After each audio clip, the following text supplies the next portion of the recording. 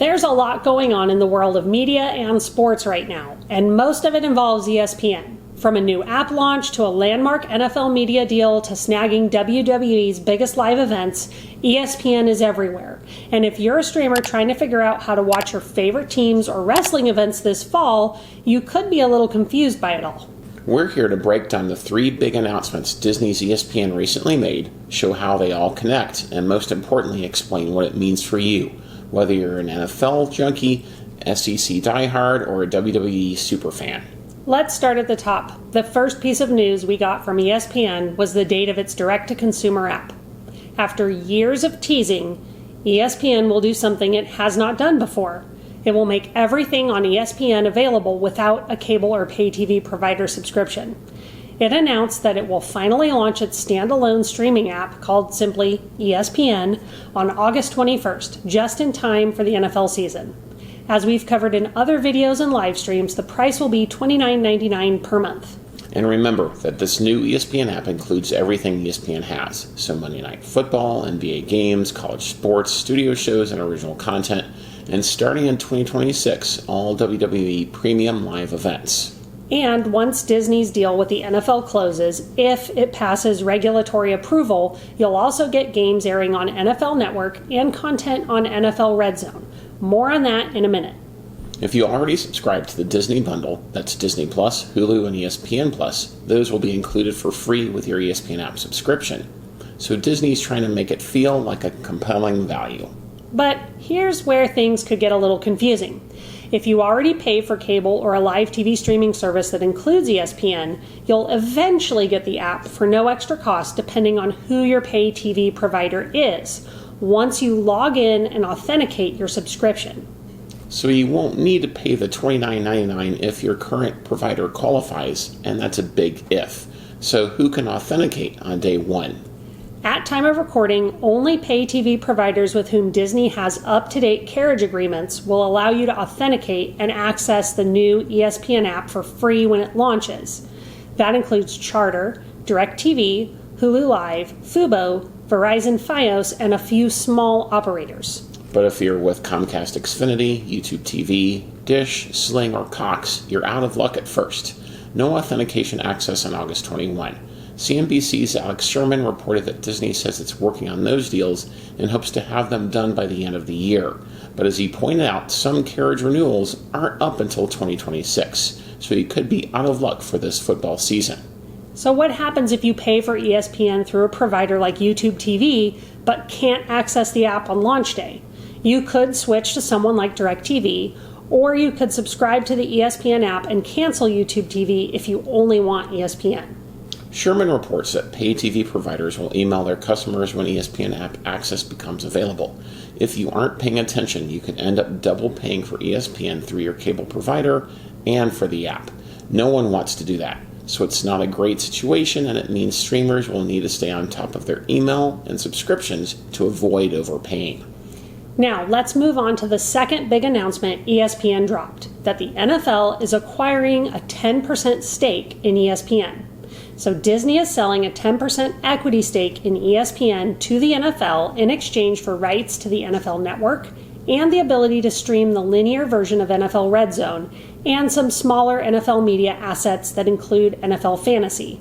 The NFL will continue to own and operate NFL Plus, NFL.com, the NFL Podcast Network, NFL Films, the NFL Fast Channel, the official sites for all 32 teams, and it will still own, operate, and produce NFL Red Zone and retain the rights to distribute NFL Red Zone digitally. This is a huge deal if it passes regulatory approval. It gives ESPN new content and makes their DTC app more compelling. But don't get too excited yet. The transaction still needs approval from the NFL team owners and other regulatory bodies before it's finalized. If and when the deal closes, that means NFL Network and NFL Red Zone would become part of ESPN's content universe. ESPN would own and operate the NFL Network and include its content, along with the NFL Red Zone channel, in the new ESPN app. And ESPN will get 3 more NFL games per season to air on the NFL Network, bringing its total on the network to 7. The NFL's EVP of Media Distribution, Hans Schroeder, confirmed to Alex Sherman that ESPN's plan to show multiple Monday Night Football games on different networks, what they called Super Monday Nights, just didn't work. Fans were confused. Audiences were split. So instead, 4 of those Monday night games will now move to the NFL Network.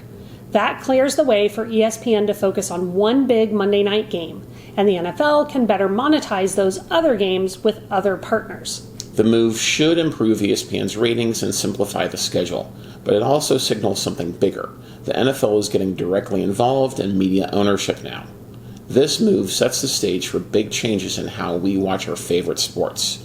Now let's move on to the third announcement. The news that WWE Premium Live events will come to the ESPN app in 2026. ESPN has locked down the exclusive rights to WWE's Premium Live events starting in 2026. For 5 years, ESPN will air WrestleMania, Royal Rumble, SummerSlam, Survivor Series, and other WWE tentpole events. Disney shelled out a reported $325 million a year for those rights. And here's the key takeaway. WWE events won't be available on ESPN Plus, and they won't be on Peacock anymore. You'll need the full ESPN app for $30 a month. But good news, there won't be additional pay-per-view fees like UFC does. It's all included. And just like with sports, if you have cable and you can authenticate, you'll get the WWE events in your ESPN app too. No need to buy the app separately.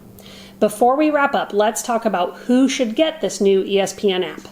If you're an SEC football fan, love Monday Night Football, the NBA, or WWE, and you've already cut the cord, this new ESPN app could be a great fit in the right timing. You would still need an antenna to get SEC games aired on your local CBS station or purchase Paramount Plus's premium plan, which costs $13 a month at time of recording. But if you're like us and you follow the Big 12 or you want access to Fox Sports content or Big 10 games, this doesn't quite solve your streaming headache. For instance, some Big 10 games will still air on Peacock, so the new ESPN app is not a one-stop solution. Exactly, because games airing on Fox or FS1 will require a separate app, either the new Fox One app or a live TV service like Sling, Fubo, or YouTube TV. So it's not quite the one-stop shop ESPN would like you to think it is, and that realization may be one of the motivations behind a new bundle ESPN and Fox recently announced via press release on August 11th. ESPN announced that viewers will have the opportunity to bundle its new app with the new Fox One app for $39.99 per month starting October 2nd.